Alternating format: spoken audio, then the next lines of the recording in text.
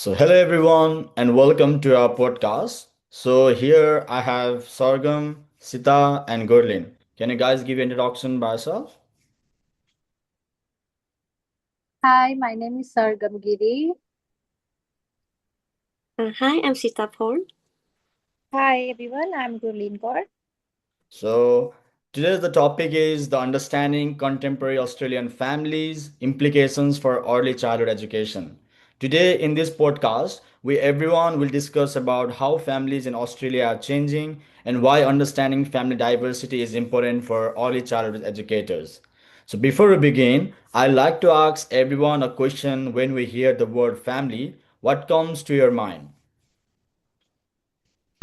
For many people, the first idea for family may be parents and children living together. However, in contemporary Australia, families are much more diverse than this traditional image. Corinne? This is true. This is true, Triana. In early childhood setting, educators meet children from many different family backgrounds. Some children live with parents, grandparents, and extended family members, foster careers, or other significant adults who provide love and support. What's about you, Sargam?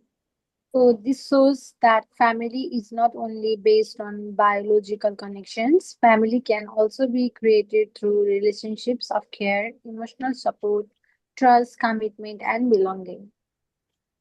Thank you everyone for your own key points. So everyone are like correct. So the sociologists today recognize that family can be understood from both biological and social perspective.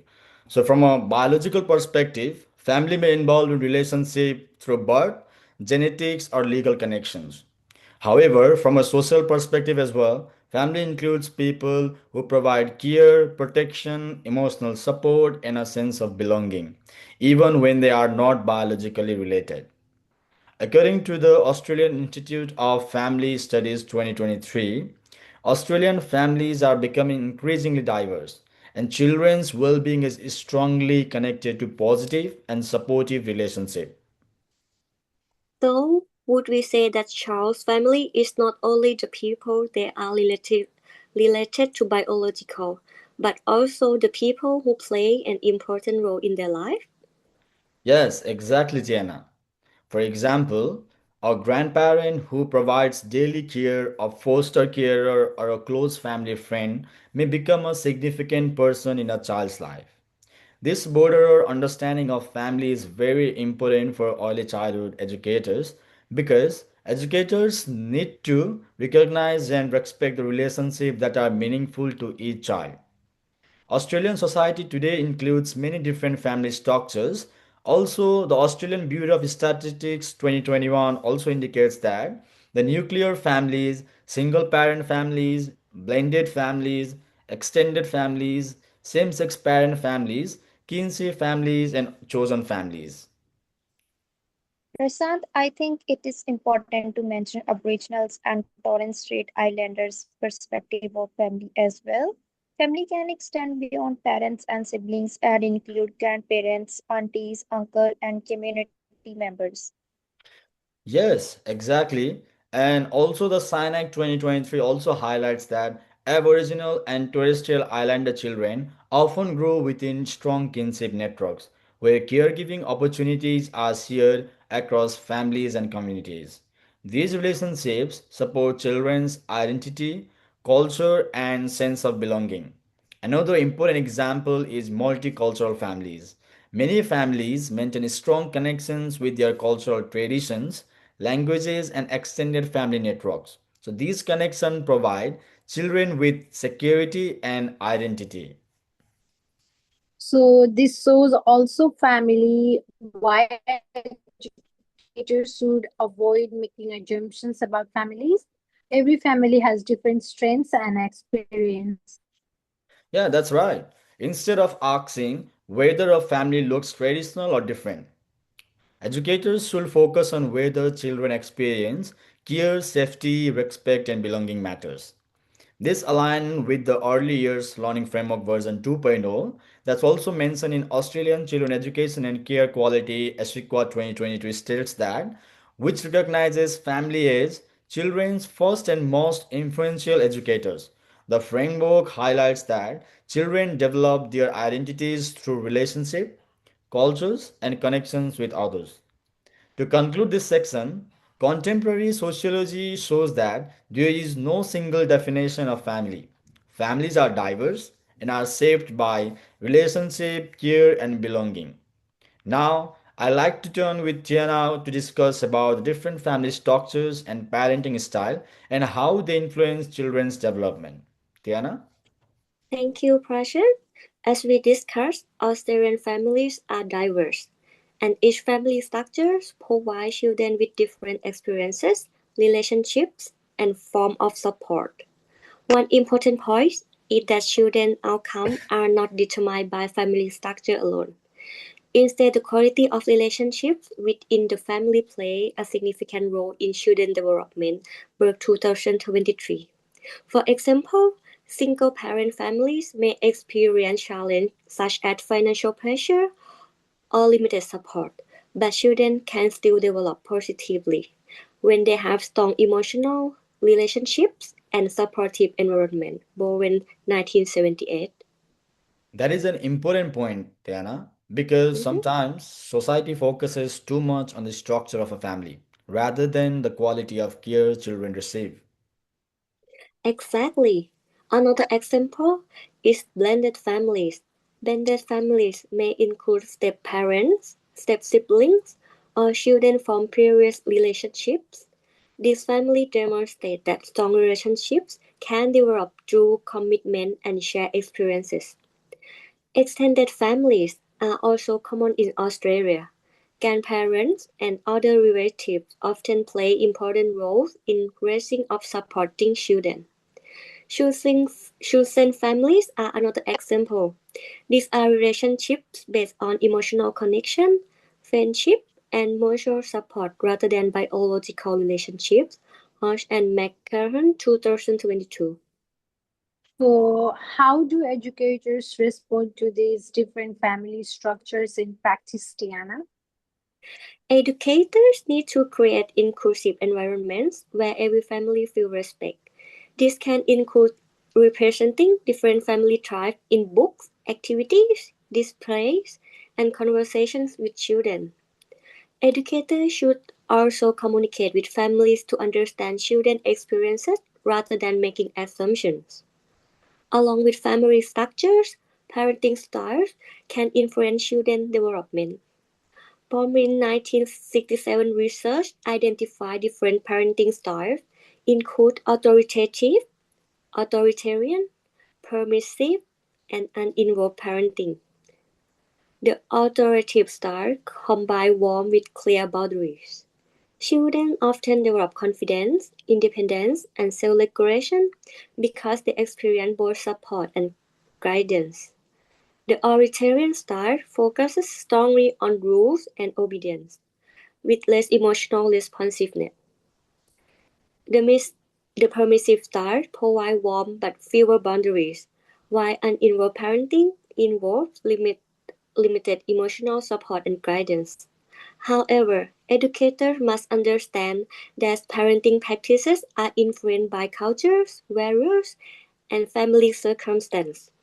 A parenting approach that looks different from our own does not automatically mean it's ineffective.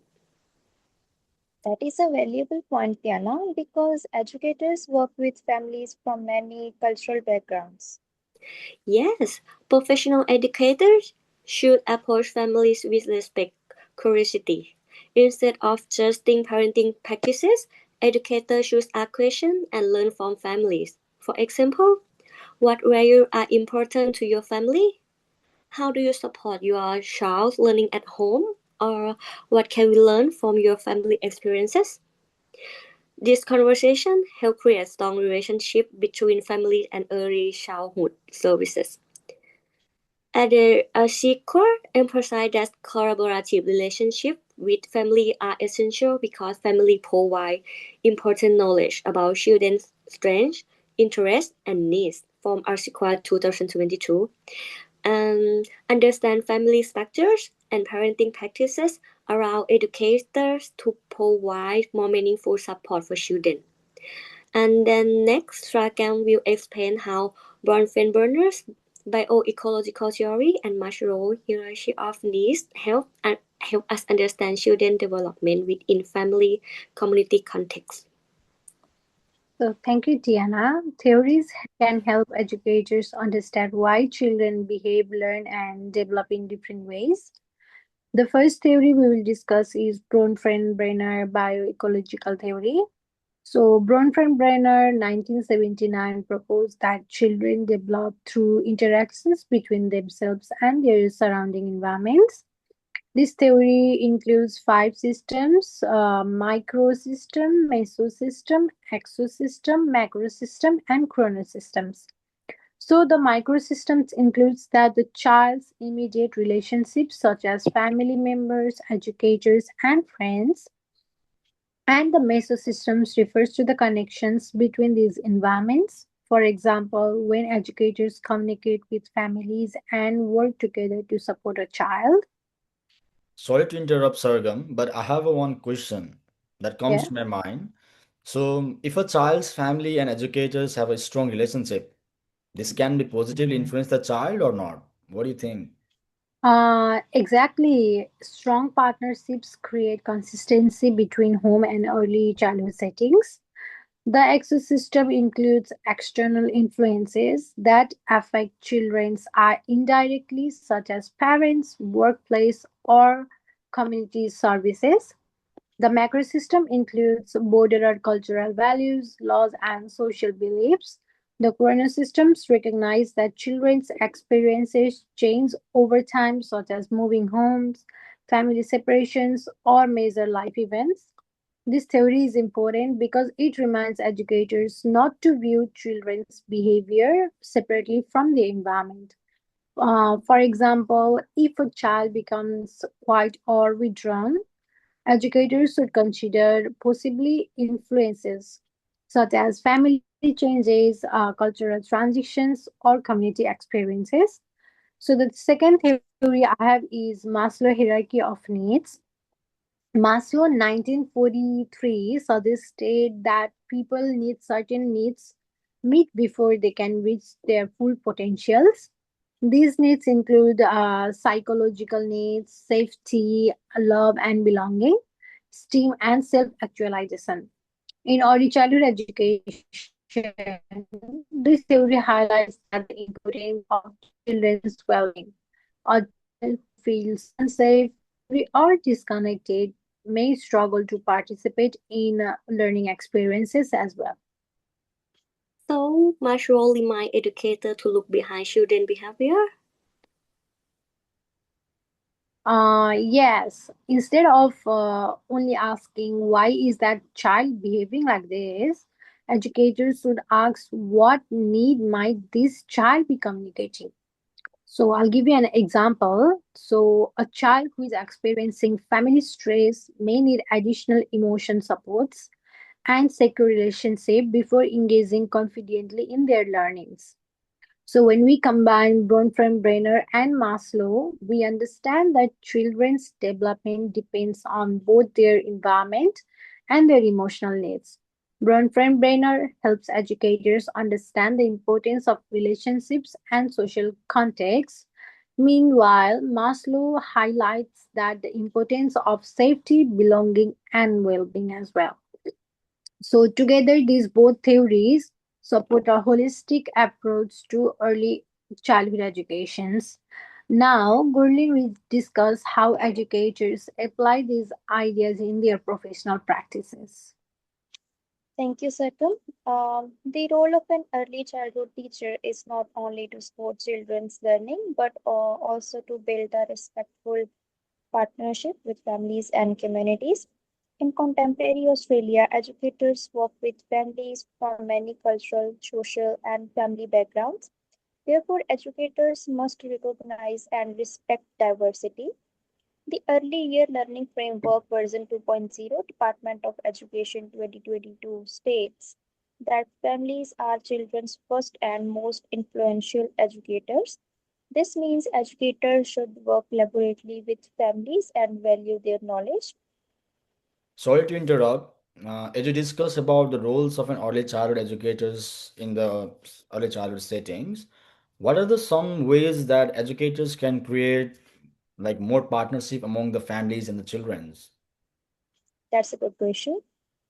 Educators can build partnership by communicating respectfully, involving families in decision making, learning about children's culture, and creating a welcoming environment. Like I give you one example, educators can include family language, tradition, and story within the curriculum. Ethically, educators have a responsibility to ensure all children and families feel included and respected. This means challenging stereotypes and avoiding assumptions about what a family should look like. However, building a partnership can sometimes be a challenging as well. Some barriers may include language differences, cultural misunderstandings, limited family availability, or families having previous negative experiences with education system. So, Gurleen, how can we educators overcome these challenges? So educators can overcome these barriers by reflecting on their own beliefs, developing cultural awareness, listening to families, and providing flexible ways to participate. Culturally responsive partnership create many opportunities when educators value family knowledge and experiences. Children develop strong identities and have a great sense of belonging. Like Bronfer-Brenner theory reminds us that children are connected to families, communities, and wider society. National theory reminds us that children need safety, belonging, and emotional support to learn effectively. Therefore, educators play a critical role in creating environment where every child and family feel valued. Before we close, it is worth remembering that contemporary Australian families are diverse and constantly changing, and there is no single definition of family because families are created through relationship, care, and belonging. Now, Prasad, will you bring our discussion to a close? Yep. Thank you everyone, Gurlin, Sorghum, and Tiana for such valuable insights. So, to bring everything together, today we have explored how contemporary Australian families are diverse and constantly changing. So, there is no single definition of family, as earlier told by Goodlin as well, because families are formed through relationship, care, commitment, and belonging rather than biology alone.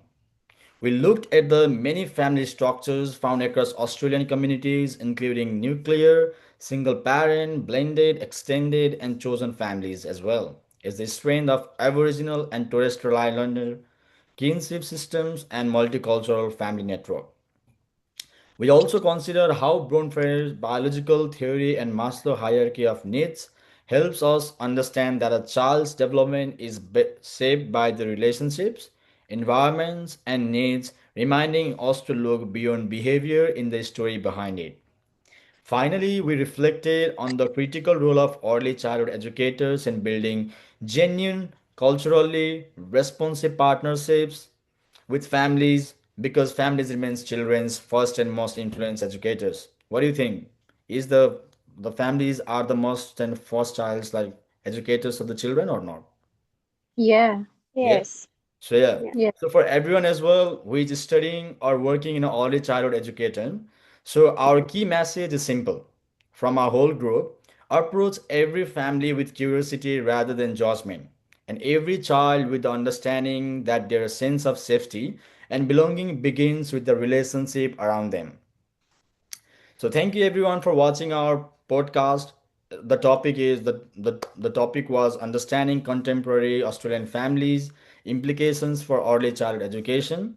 We hope that it has given you a deeper understanding, the deeper meaning of family diversity and its importance in early childhood practice. Thank you everyone. Thank Thank you. Thank you.